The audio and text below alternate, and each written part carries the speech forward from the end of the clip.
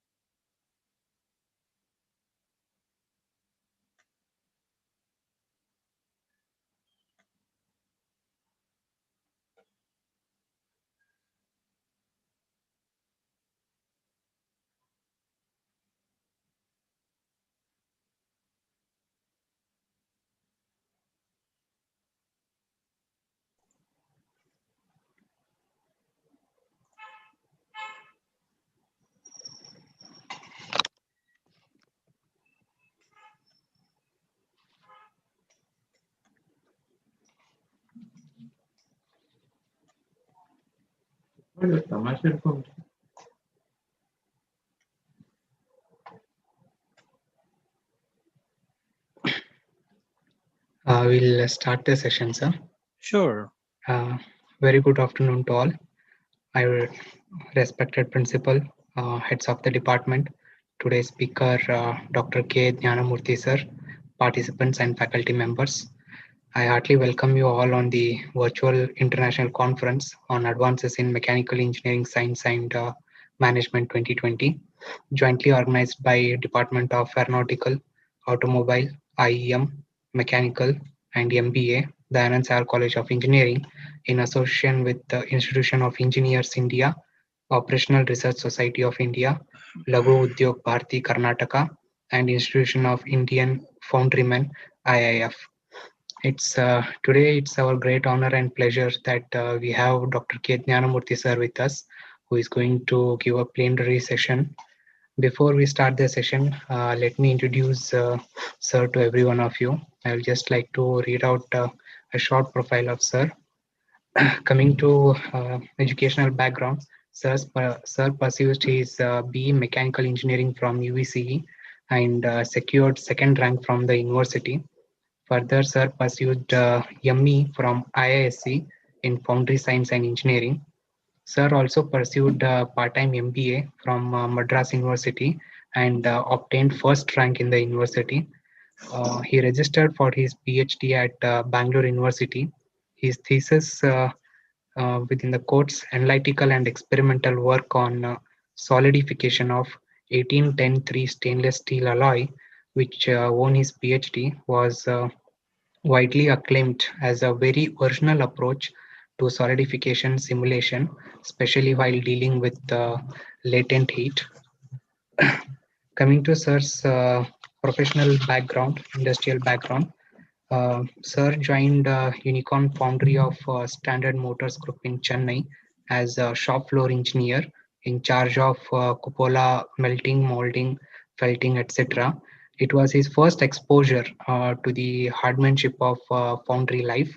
Then Sir later joined Best and Crompton Engineering Limited and worked for 21 years in Chennai, Bangalore, and rose the level to the level of general manager and managing director of Malta Foundries in Europe. Later, Sir joined Raspberry Industries, a copper-based foundry. He served there for 5 years, and a time when he went deep into the structured quality like ISO 9000, QS, etc.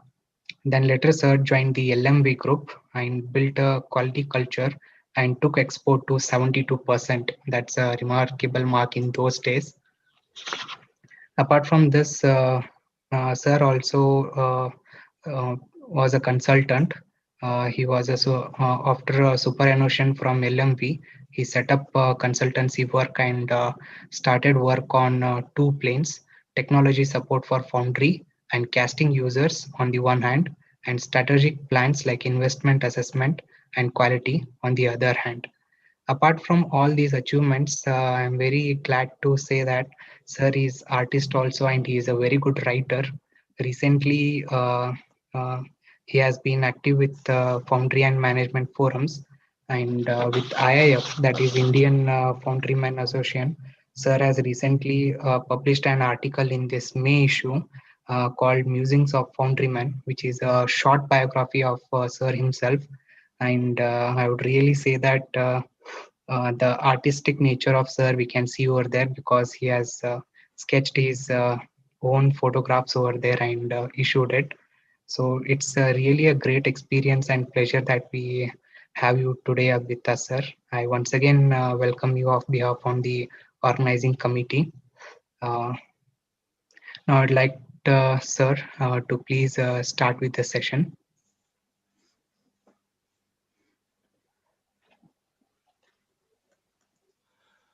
Um,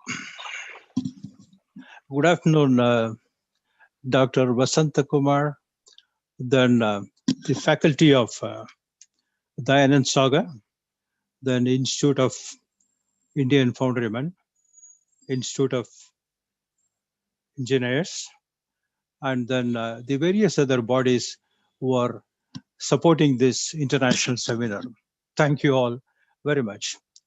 But I would like to tell you, first and foremost, Foundry is, after all, one of the many, many facets of manufacturing. It's not all.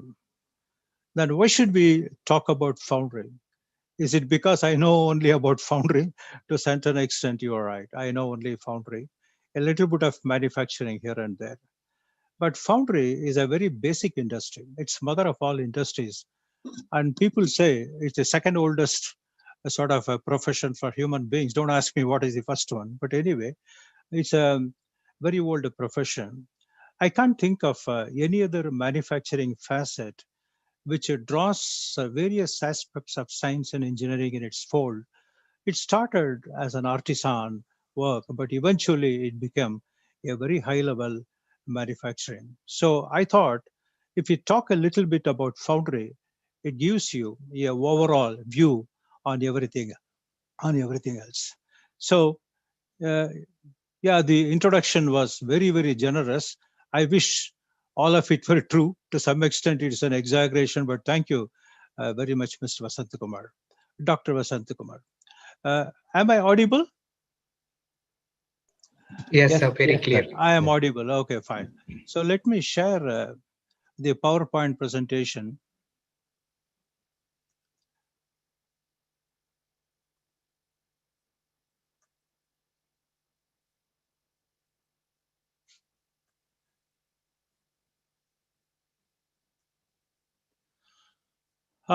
Management of foundries. I am very tempted to use managing foundries. You know, there is a lot of difference between management of foundries and managing foundries. You manage an organization, you manage let's say, the marriage of your sister or your daughter. You manage certain things when you all go on a tour, even a friendly tour, you manage. But managing, you manage, you find managing children, managing pets, and managing difficult situations. So I should have called managing of foundries instead of management of foundries. But anyway, nevertheless, the title is there because um, it's a very problematic industry.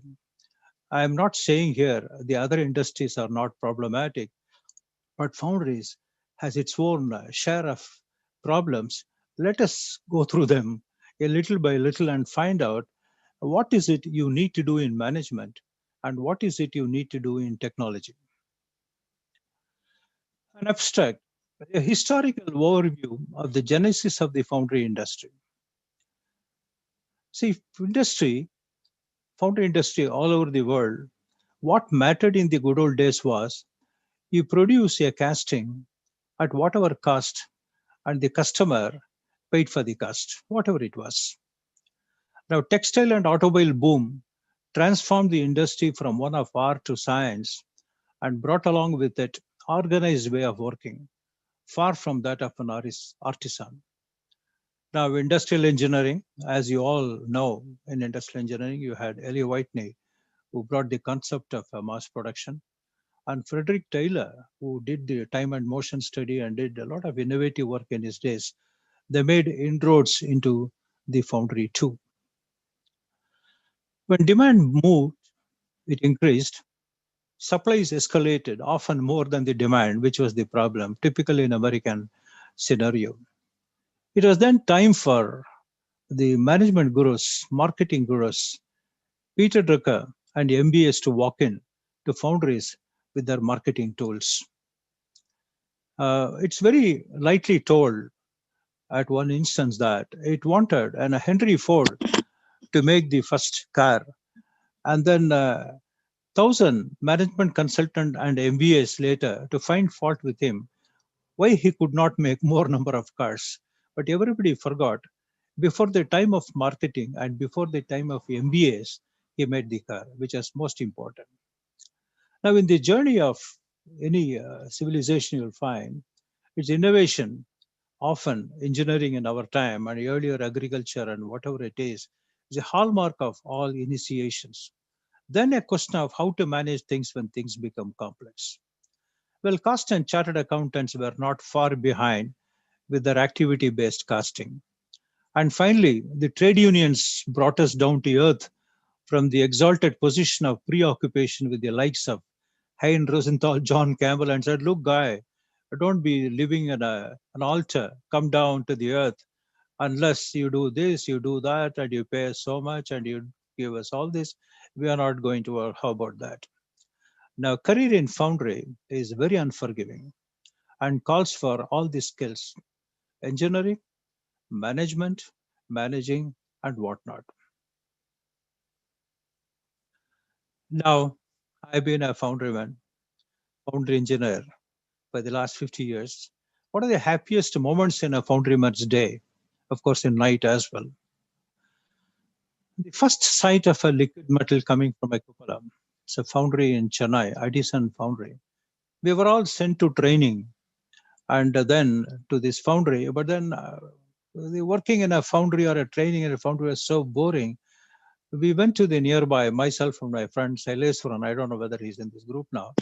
We went to the British Council Library, air conditioned atmosphere, and spent a lot of time. And in fact, we dozed and slept in the afternoons till there was a Friday, and Friday was the D day in the Addison Foundry, where they used to operate cupola. And I saw the liquid metal coming out of the cupola the very first time. Yes, we had sort of a cupola and then induction furnace at Institute of Science, but then it was almost very tiny and small. But here it was a production. Tons and tons of liquid metal was gushing out of the breast of the foundry, and that was the first love. And it remains to be the first love ever, in spite of the fact that all of us got married and went about in life. The first love was the liquid metal. Well, the pattern making and the other engineering which goes in foundry. Manifold is a very complicated casting, and many people who are not initiated in foundry, or even if initiated, not initiated in pattern shop, will wonder how do you do the sort of such complicated shapes, then the art parting and whatnot. It was a very interesting thing to see this and learn. Okay, these are all the things in tooling and a foundry. Well, people said there is a lot of theory in foundry, Fourier equation, conduction heat transfer, radiation, whatnot, and it's all in the book we studied in the school, college. But later, in real life, when we saw defects in castings and find they were conforming very closely to the theory which we learned, it was very interesting, invigorating, and very charming, in fact. And we told ourselves we have not made a wrong choice of career in our life. Well, good side. The other side, very long hours of work. We almost had to put the cat out before locking the foundry because the management used to go off. Many of the managers and many of the engineers like us, this is what happened. You put the cat out and then go home to the chagrin of the wife. Look at the clock, it's 11 o'clock.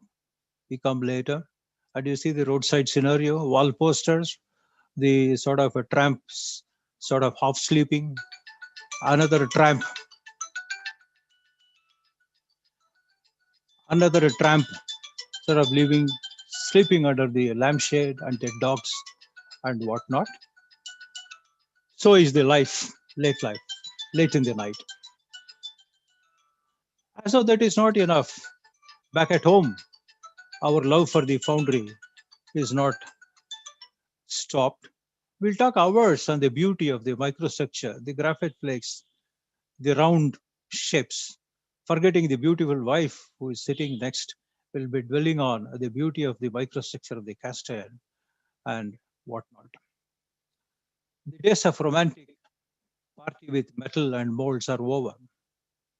Big lessons start. Lesson one, safety. It's very common for a foundryman to take challenges and defy the first principles of science. You'll say, if others can't do it, I'll do. Well, the foundry is capable of producing, let's say, a 1 ton casting. This guy will say, I'll produce a 2 ton casting. It's very simple. I'll take the lateral height more. You can see the center of gravity is more towards the bottom. The whole thing trips and the metal doesn't fall into the mold, it falls on the floor. And then such kind of challenges are being taken for by the foundryman with a total sort of ignorance. I wouldn't say ignorance, oblivion to the risk. Okay, all he wants to do is prove a point that he's a great guy. Look at that, another view. He doesn't think for a minute what happens if he's dead. See on the right side, the wife, a widow, the pot is there which is overflowing, the little kid doesn't even know what to do, and the husband with a garland at the back, and the house really empty with a lamp in the front, and she has lost what all she had in life. That's on safety. Quality management. He will swear by riserless castings and so many innovations he would do without really checking on the quality aspects.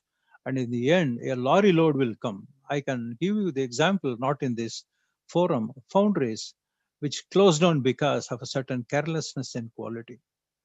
Ship loads, container loads had to come back to Ranipet, and the foundry literally had to close eventually because the over enthusiasm of the manager or the management or some of the engineers there made several thousands of tons of casting exported, and the whole lot came.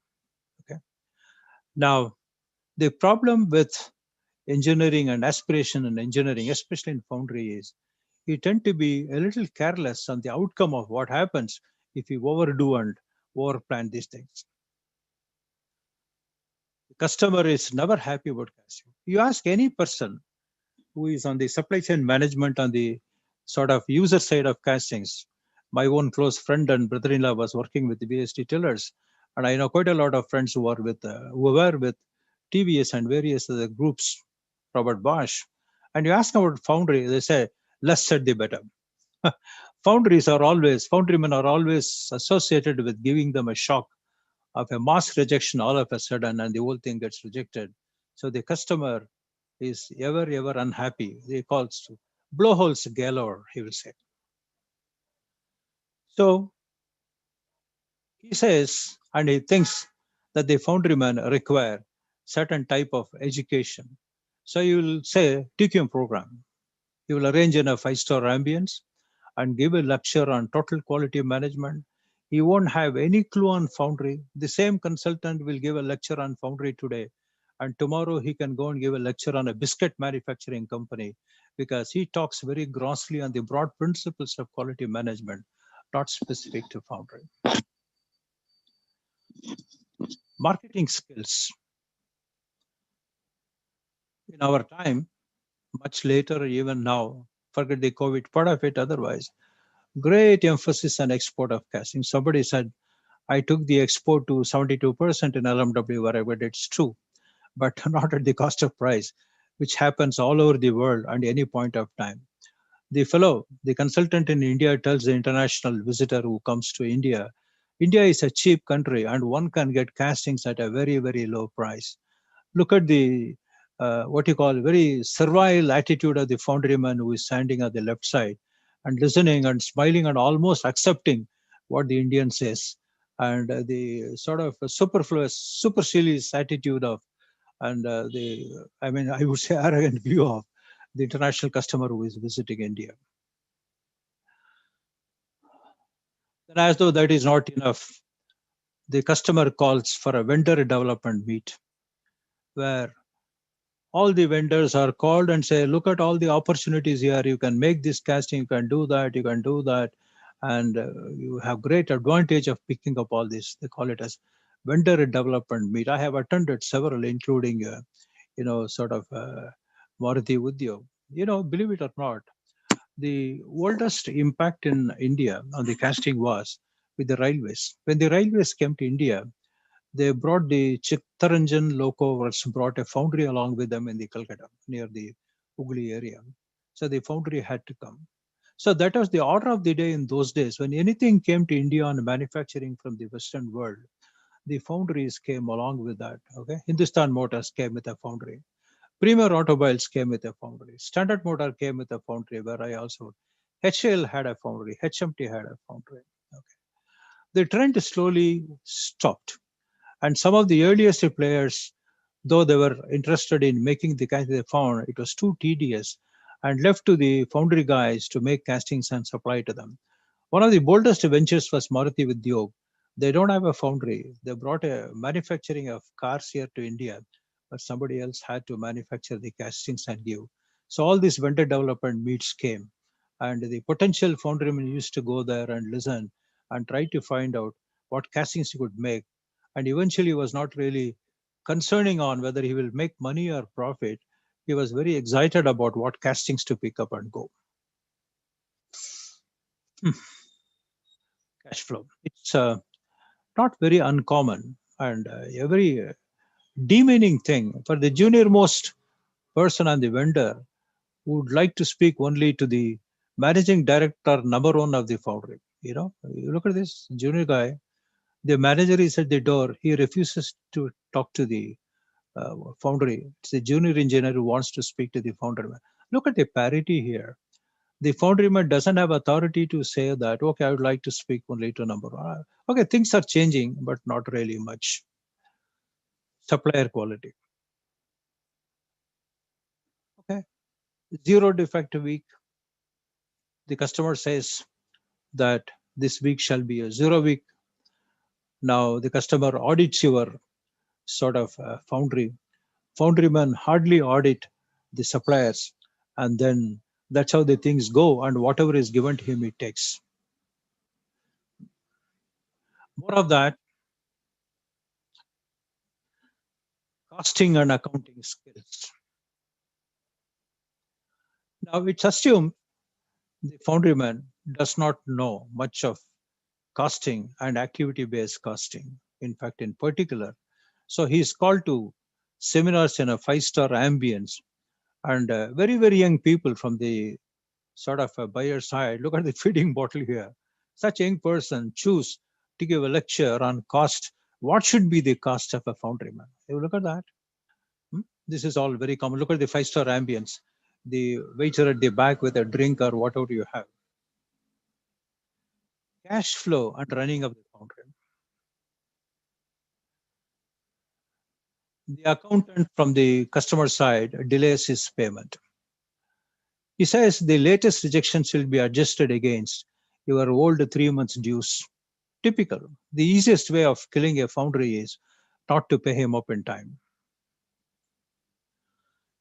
Now, I would consider this as one of the most serious issues in foundry, the HR, the human resources. Acute shortage of human resources. No schools to teach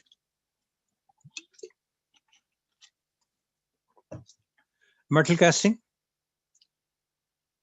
Some lean work going on in Wisconsin, Madison, Case Western, Cleveland, Birmingham, UK, IIT Powai, NIFT, Ranchi, Tuscaloosa, Alabama. And I was corrected recently by one of the groups in the WhatsApp team. A lot of East European, the erstwhile European countries have foundry courses, I believe. But the language is a very big barrier, and not many of the people are able to take advantage of that foundry. But nevertheless, the number of schools teaching foundry has substantially come down. Now, totally stopped in the following IISc Bangalore. I hope Professor Session is here for this webinar. Otherwise, he will be able to confirm for the last so many years there have been no students. University of Michigan, Ann Arbor, no work is going on. Warwick, UK, no work. IIT Kharagpur, metal forming, no. BHU Varanasi, one of the foremost institutes in the world for teaching metallurgy. Bashforth was teaching steel there, and they were teaching foundry subjects, not anymore. A&M, Texas, no. Now, why? Very poor facility and quality of intake in second and third level institutes. The ordinary engineering colleges, many engineering colleges teach foundry without any melting equipment, without any molding facility. IIT and trade level, ITA and trade level certificate courses do not attract students anymore. No. No research institutes like BCRA, SCRATA, British Casting Research Association, Steel Casting Research and Trade Association, where I was a council member. The whole thing has become a CTA, Castings Technology International now. Very little work is going on because it's funded by the people who have problem and willing to pay for that. No funding for advanced research work in major institutes in the world, and hence no skills output from these institutes, which are the main source in the 60s and 70s. Why? The poor remuneration coupled with comparatively arduous working conditions and the vulnerability of foundry in terms of rejections and the inevitable defensive position the foundryman has to take make foundry the least sought after career path for any young man. Very shocking. Please read it again. Remuneration less. Things have a little bit changed now, but less. Very defensive position of the foundryman because he has studied well in our time, gentlemen, believe it not. Getting a seat in foundry at the Institute of Science was the most difficult one. Many people got their direct admission in other branches like aeronautical engineering and heat power like me, but had to stand in queue, go through the interviews to get into foundry because people thought in those days foundry was so remunerative. I remember my interview with Professor A. Ramachandran, who was the head of the Department of Mechanical Engineering, who later became director of the IIT Madras. He asked me, "You seem to be interested more in maths, I can see from your marks, maths and physics. Why are you choosing foundry?"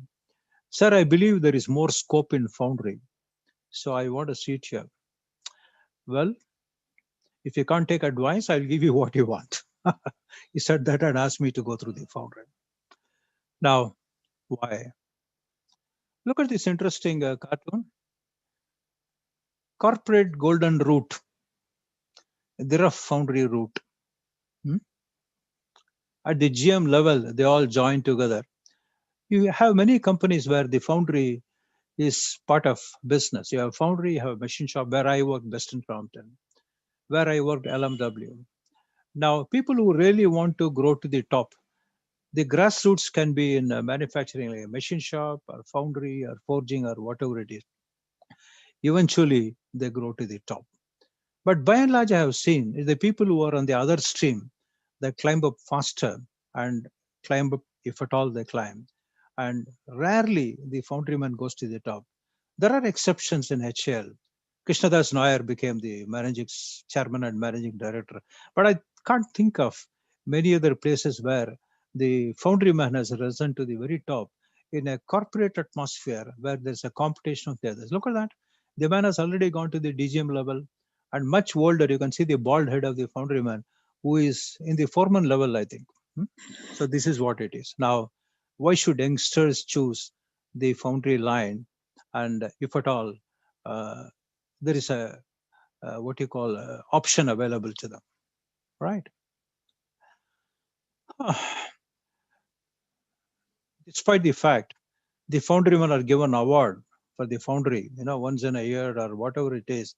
If the foundry gets an award, even if he doesn't go and receive the award from, let's say, the chairman of the IAF or let's say the national president of the IAF, the all the people down below are so happy that their foundry got the award.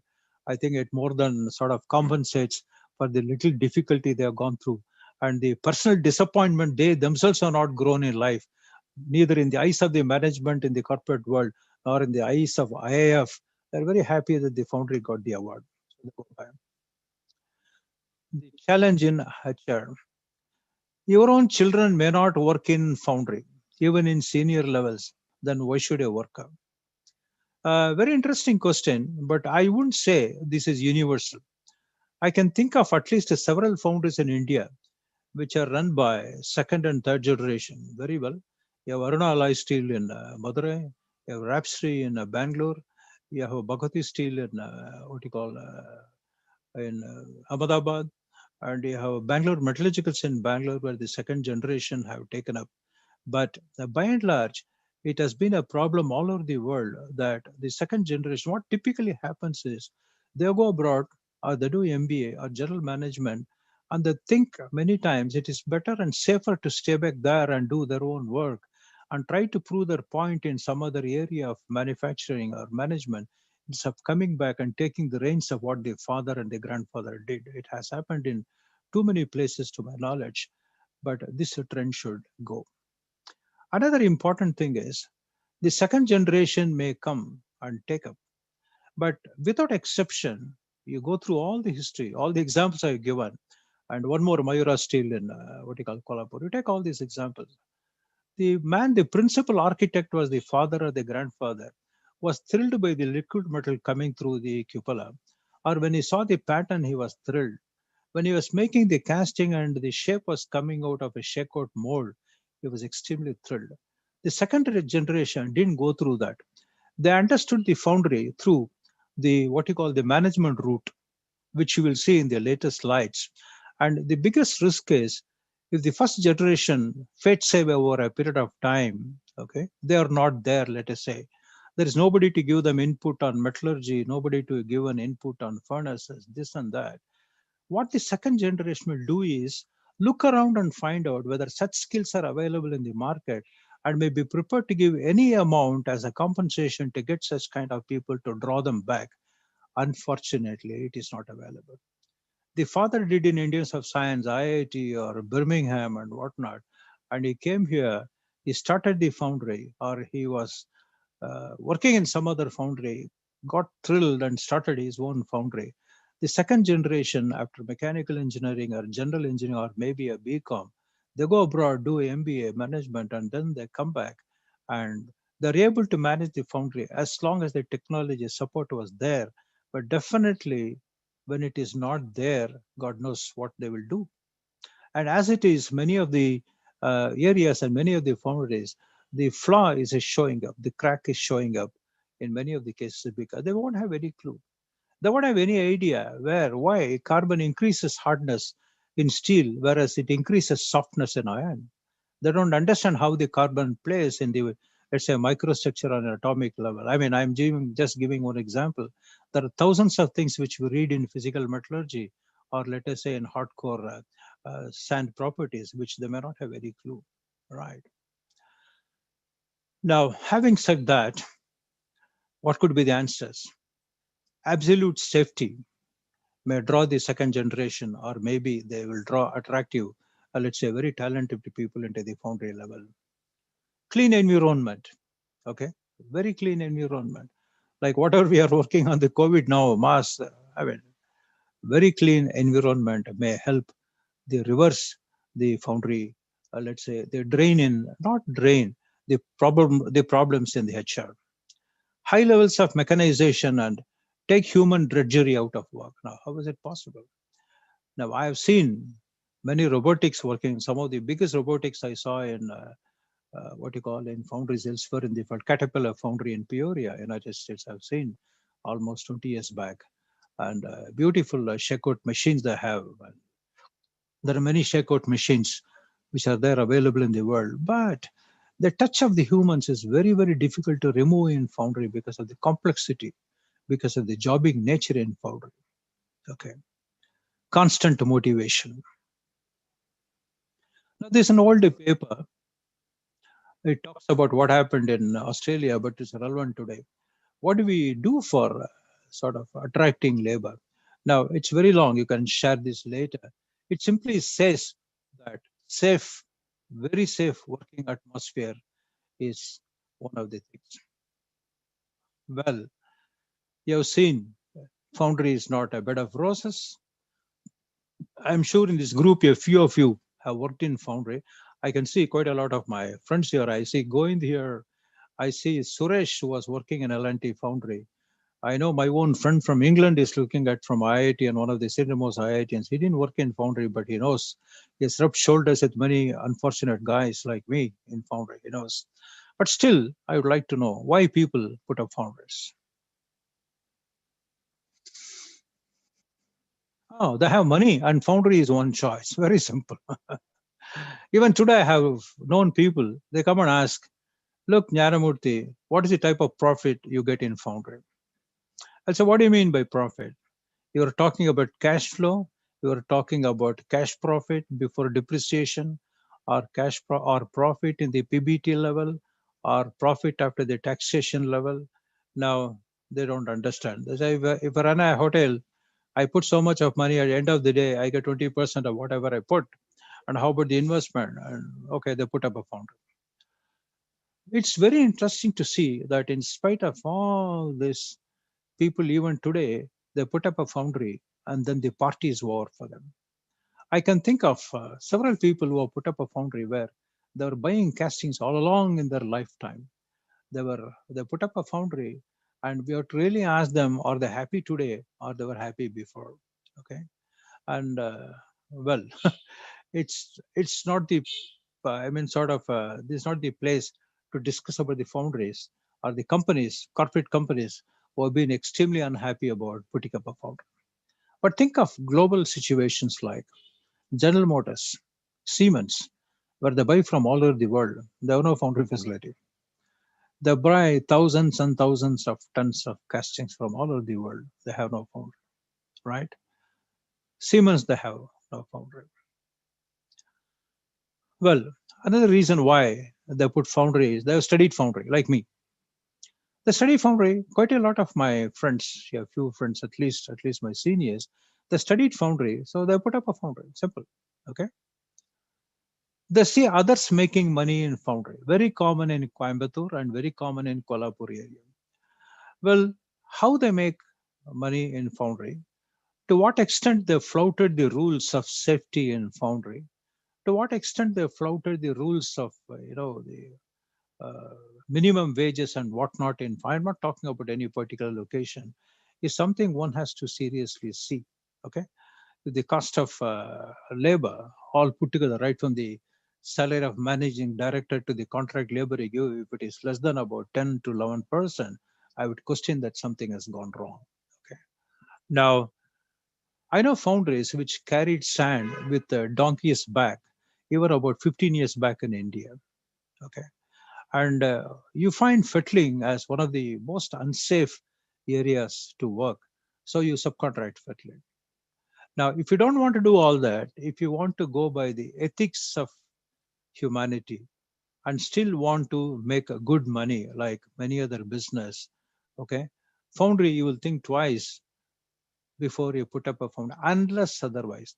The whole industry rallies around and says that as a I'm not saying that one foundry should talk to the other on price. No, I'm saying that if all foundries in the world put together say that this should be the minimum standard of safety and minimum standard of wages and all that we'll work by, and then the real competition will come and the really capable ones will flourish, not the ones who cut corners. Now, they want casting desperately and cannot get it from market. This is one of the most common reasons why people put up foundry. I know. So, in fact, afternoon I was speaking to one gentleman from Kanpur. They desperately want castings, but they're not able to get the castings in the market. The type of casting, flat castings, low yield, large castings. Nobody has a machine molding line which makes 1 to 1.5 meter diameter in machine molding and no bake or whatever it is, and without warpage. And the managing director and the chairman of the company was asking what is the least machining allowance you can give for such castings. His automotive castings are getting away with let's say 1.5 to 2 mm machining. Why can't you do here? I said warpage of casting or whatnot. They say, is it not the responsibility of foundryman to take care that there is no warpage? Well, the only answer is the foundry world up till now has not succeeded. Well, you may put up a foundry and try your luck, and many of them do that, and not all of them are very happy about what they did. So, what do you have types of foundries? Captive foundries. Castings not available, so a captive foundry. Not happy with quality and our supplies, so captive foundry. Risk of losing business, captive foundry. You give order to a foundry and eventually you have a feeling there's a backward integration and there's a forward integration, and then the foundry start manufacturing machined part, and eventually why not the component itself. If you go to Kirloskar comments, they ask you many times to supply directly to the machinist. Okay, since an engine is a very difficult business, they stop there.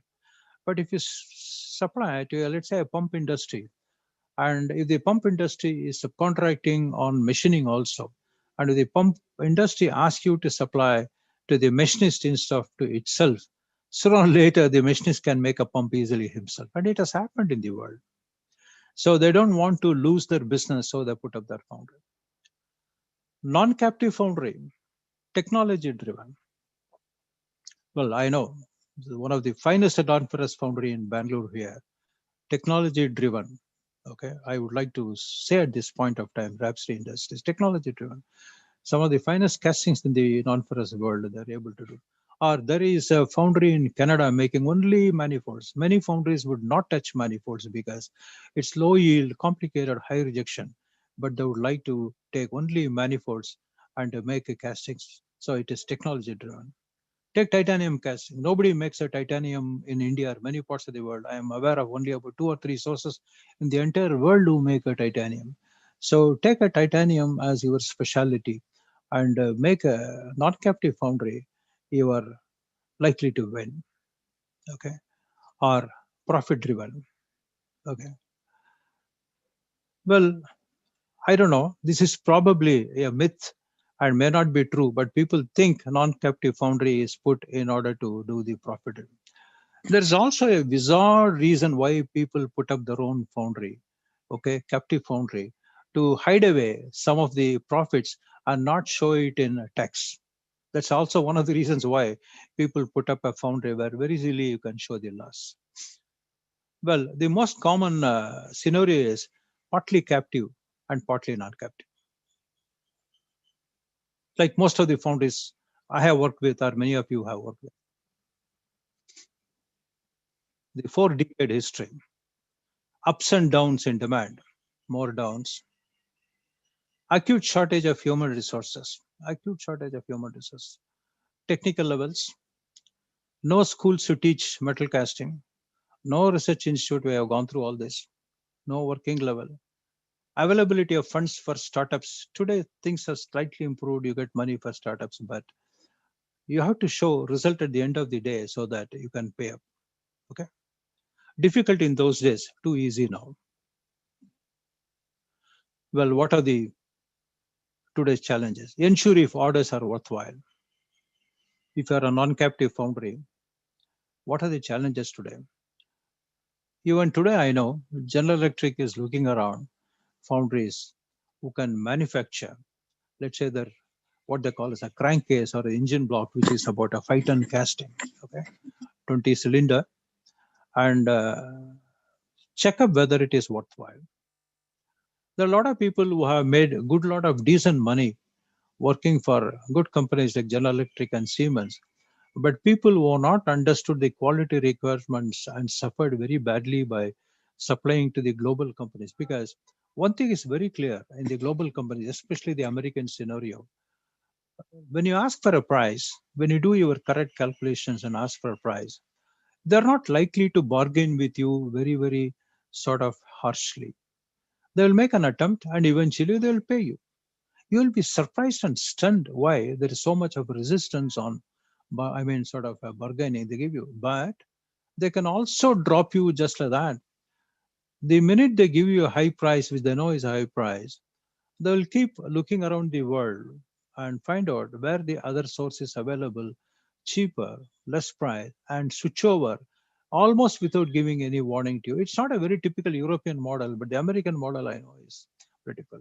In LMW, we have lost a very, very seemingly lucrative order because somebody else in India were able to do that partly because the technology was copied from our foundry to another foundry through the sort of a customer himself, and eventually okay, these things happen, we can't, finally they did that.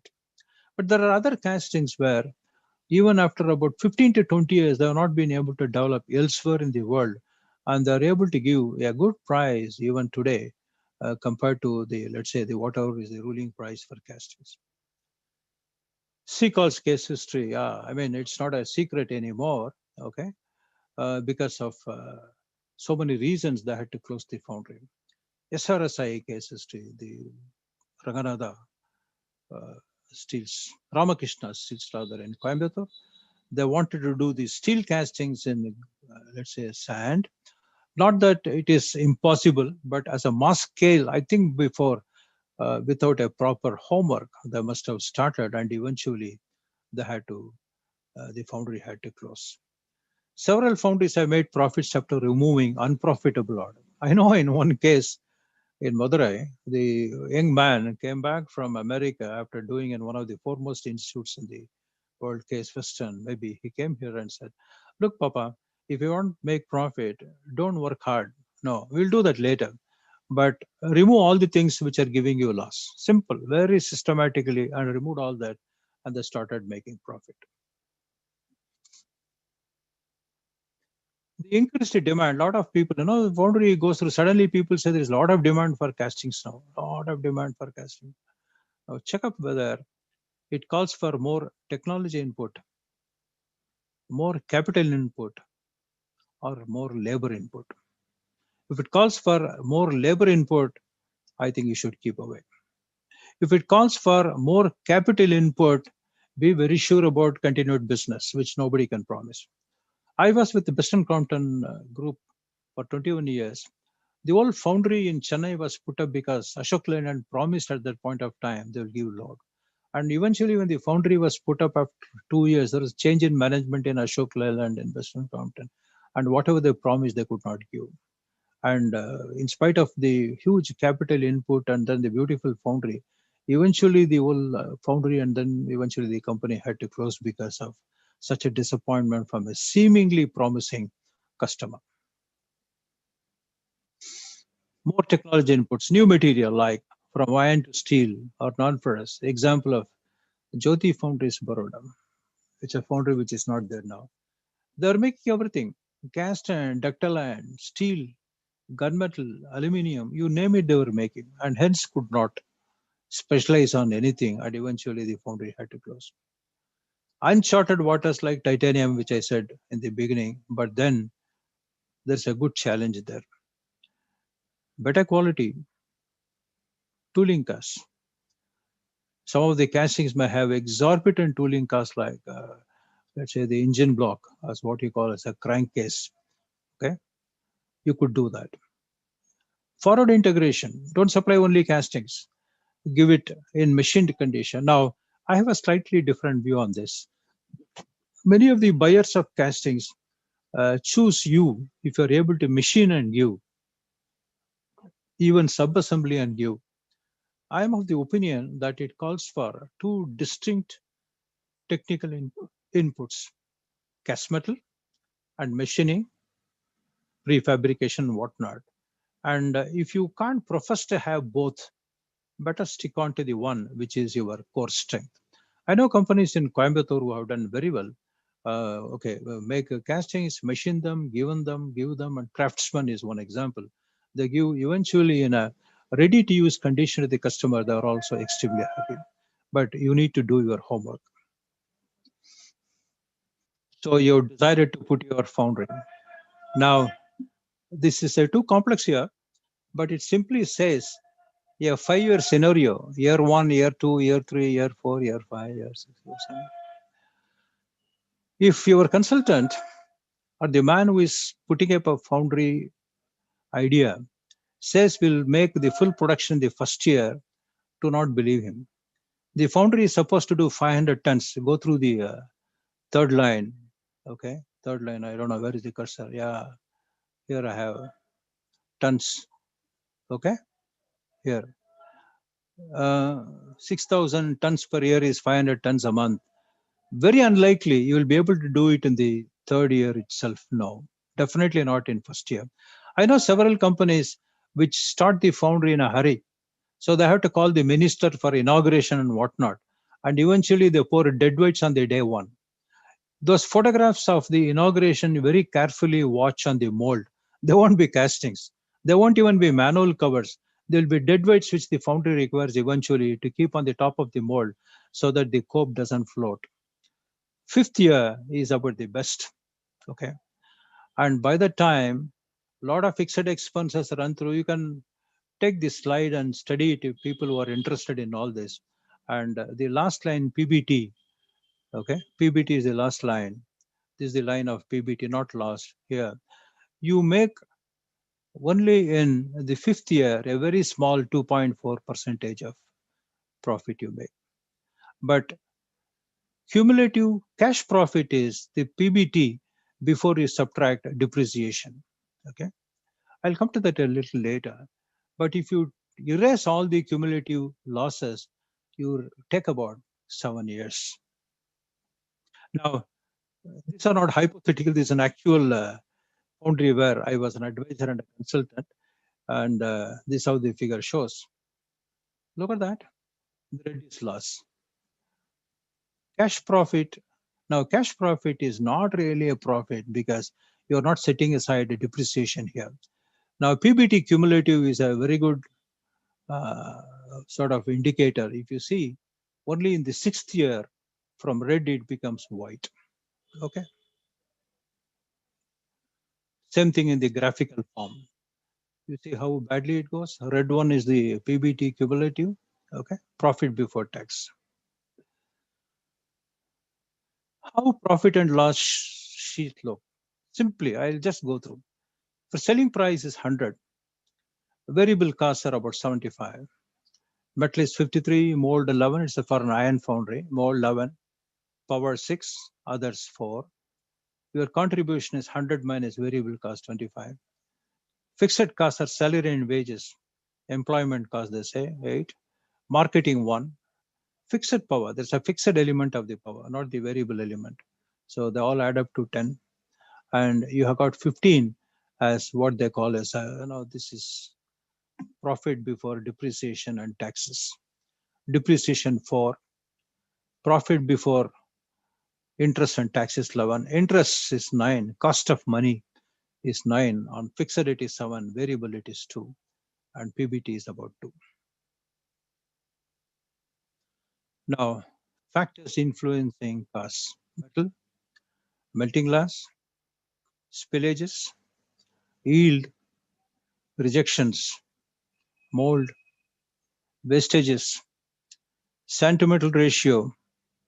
We could go into every one of this in great detail, but gentlemen, this is not the occasion. I'll tell you why I am going through all this salary and wages and whatnot training. Cost of quality. People say that my cost of quality is zero. No. Cost of rejections, scrap, repair, discount, cost of assessment, your lab and testing, inspectors, cost of prevention, seminars and training. It's totally about 10, 13, 14%. Your goal should be, let's say, 9 as less. Now, sensitivity analysis. If the rejection is 9%, okay, on a 75% yield, okay, you get a PBT of 2.9%. And when the rejection is 5%, it increases to 5 point. Yield, if it's 80%, it goes from 3.8 to 6. If the yield is 85%, it goes from 4.6 to 67. The best is 6.7. The worst is 2.9. Same thing in the graphical form.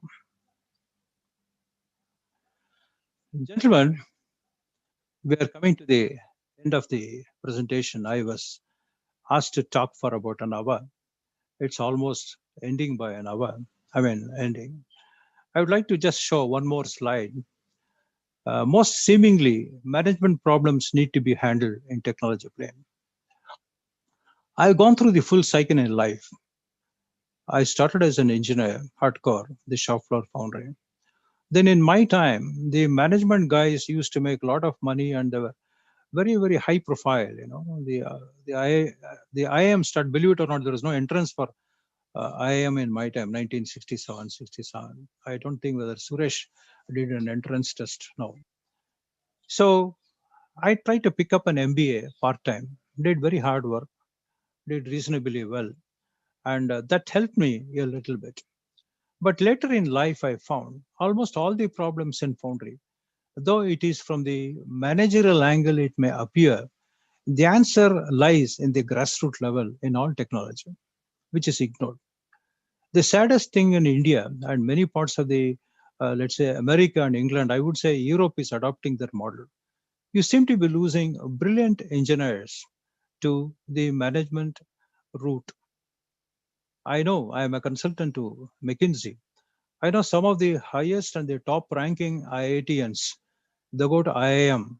Then after IIM, they join Hindustan Lever, sell probably Lifebuoy soap or join some financial management company and try to, nothing wrong with that, but you don't have to go through this route. There's a tremendous loss of resources in India for making an engineer, whether you join by capitation fee or the company or the, let's say, the college pays for it or the government pays for it. A loss of resources are lost. You do that and you don't do any innovation in manufacturing. Eventually you join management, it's good. The salary is good. In our time, it made at least some sense because the salary was pretty low for engineering and pretty good for management. Today, things have changed. And even those who have earned good lot of money there, like my own son who is in America, they think that after you earn a little bit of money, it's not all in life. Are you happy? Well, if you ask me that question, I'm happy to go back to your foundry even today and see the liquid metal coming out of it. It's very passionate. I'm sure the people on the other side of the table cannot say, I'm very happy to sit in front of my laptop and see the numbers flashing in front of my eyes. I doubt whether they can say that.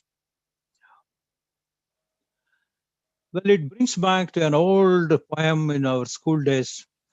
Permit me to go through this.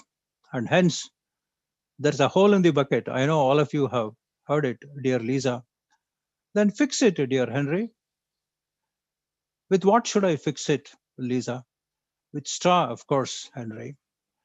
But the straw is too long. What should I do? Cut it? How do I cut it? With an axe. But the axe is very dull and blunt. What do I do? Then sharpen it.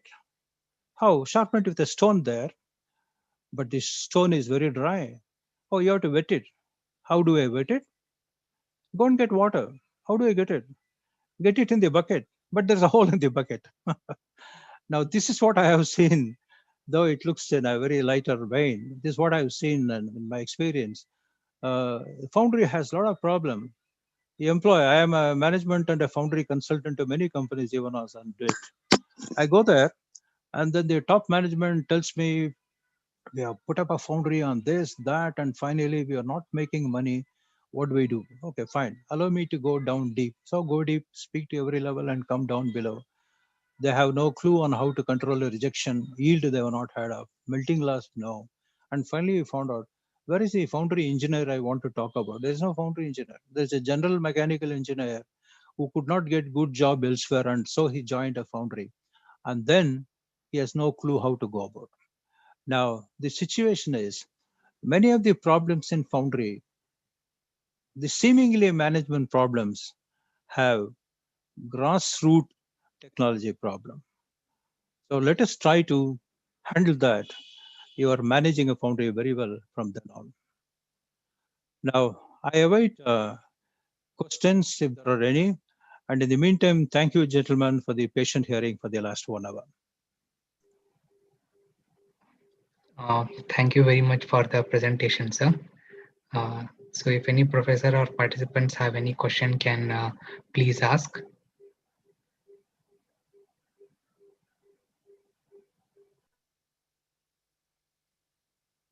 Sriram, I am able to see you.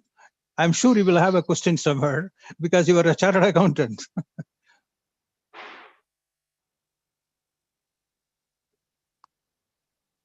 Well, Ramanujam is there. Sadagopura Ramanujam, I find. Good.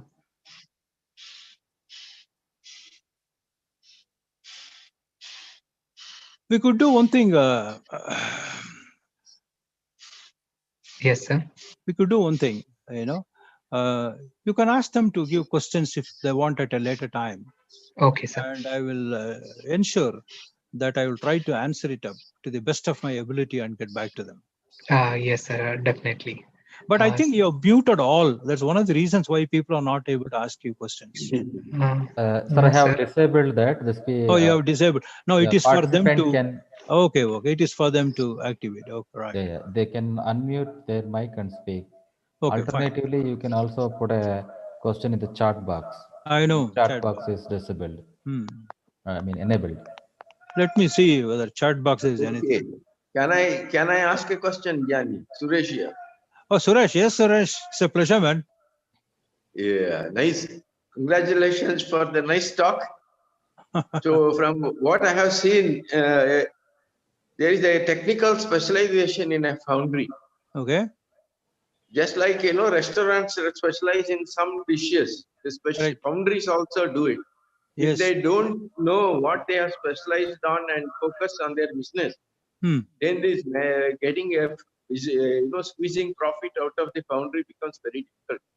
Yeah, right. So that technical discipline and focus is required, the first thing required. Correct. And the rest of it can be built over that. Correct. Yeah, please go ahead. Continue, Suresh. Yeah, that is one thing. Second thing is, you must be little choosy with what you are going to do. Yeah.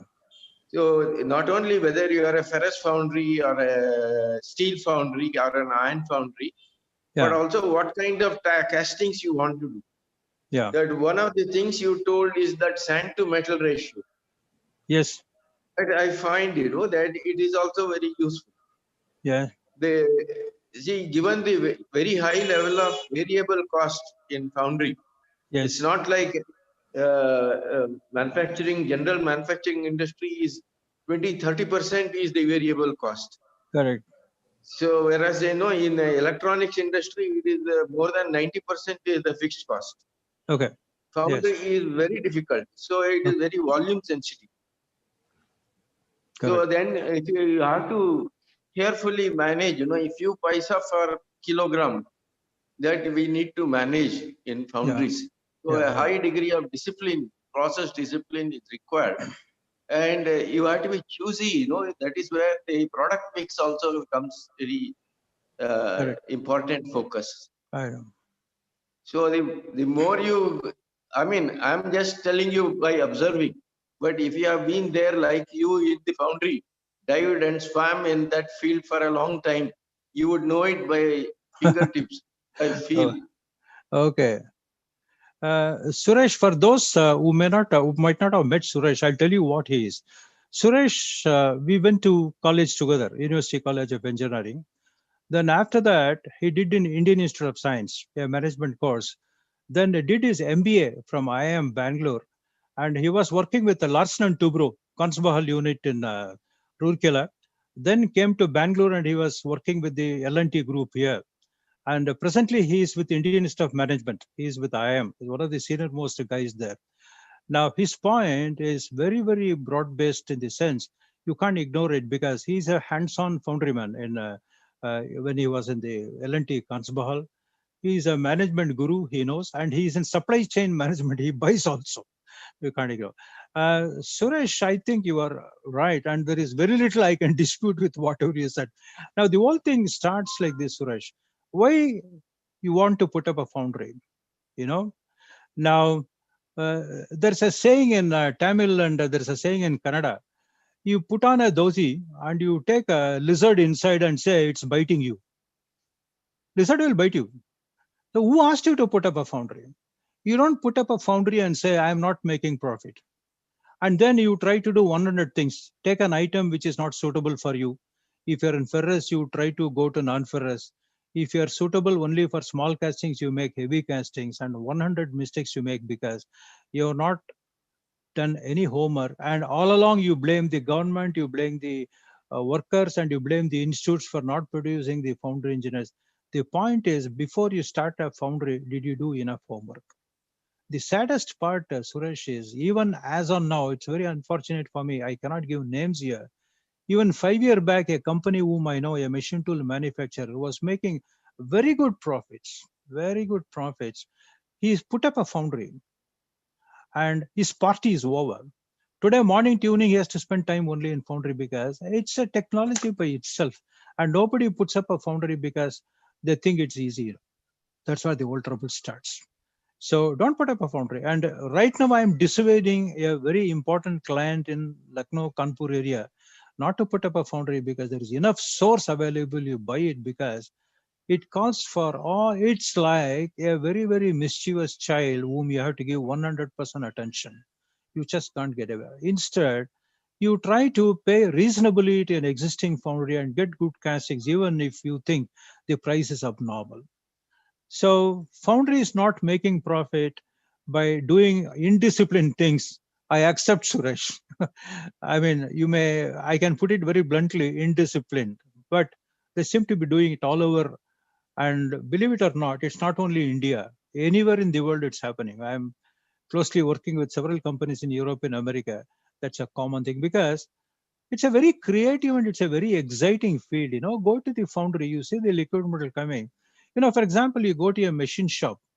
If the chairman of the company comes and says to the worker, now why are you working with this machine speed? You can increase it to the next level.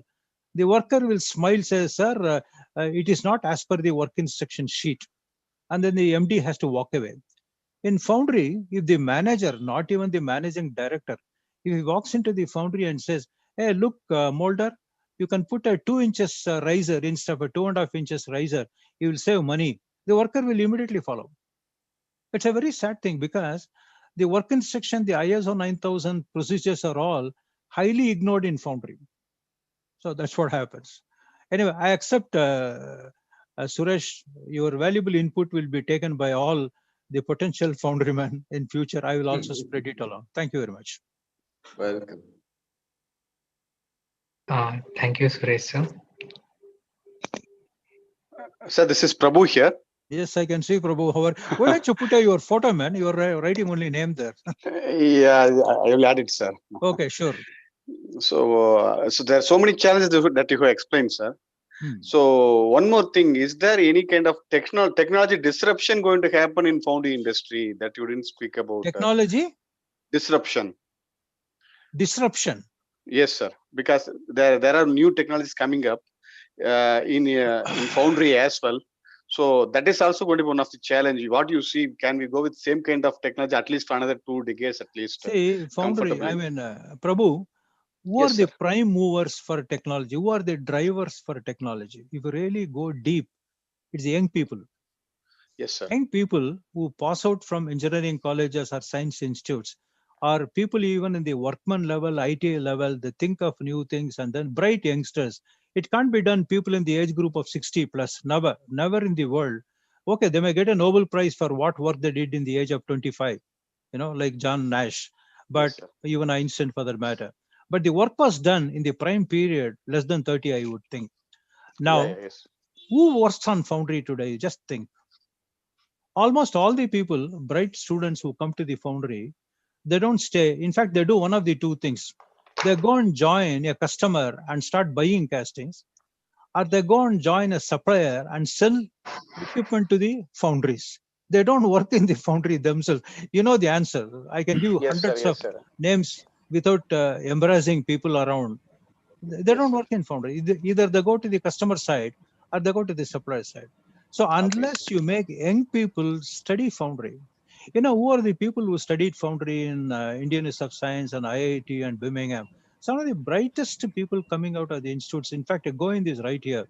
I'm not exaggerating or trying to be proud. In our time, the people who joined the foundry course in 1967 Indian Institute of Science, they were all first rankers or second rankers from their own university elsewhere in India.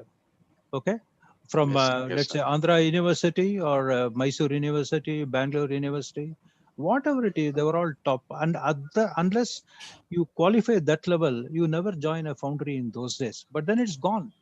Professor Session has not been having any students for the last 35 years in Institute of Science. Why? Yes, sir. Because I mean, quite a lot of, we are slowly diverting into another area. For example, you take any parent in India today, they don't give CNR Rao as an example when they try to motivate their children. They don't say CNR Rao is a great scientist, why don't you study science? They don't say MR Seshadri was a great teacher in foundry, why not he become? Instead, they give example as, Pichai or, Satya Nadella, look, he earns millions of dollars, why not you do this and that and go to America and earn money? Which parent gives this type of a guidance to their children? It was very relevant in my time because if you want to make money, you have to do medical engineering and then commerce or something. Today, it's not like that. You can do anything. You can be a batsman and earn money in cricket. Why not? Parents have to take a lot of responsibility for not guiding the children properly. And you are seeing right in front of our eyes, parents have failed to put their own children into foundry. My own children, they are not in foundry, honestly speaking. Because they've seen me working for very, very long hours, coming very sad home, after having to explain the rejection level and then the very demanding top management, very demanding customers. I said, why, daddy? I don't have to go through your route. Simple. So the younger generation will have to study foundry. Okay. Then the management education comes very automatic. They can always pick up management course and then run their foundry beautifully. Right. Yes, True, sir. sir. True. Yes, sir. Thank you, sir. Nowadays, the foundries are all silicon foundries. You're right. We are mistaken. There is a foundry next door to me. Foundry. I thought, what are they doing? They are doing silica. Silicon for what industry is that? For Chips electronic making. industry. I know. You're right. Yeah.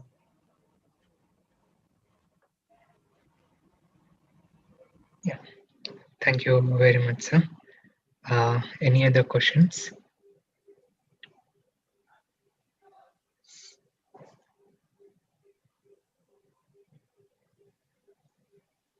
Okay. So if there are no other questions, shall we sign off and say thanks for everyone and then best wishes and then for the new year and then let's hope to meet again. Okay.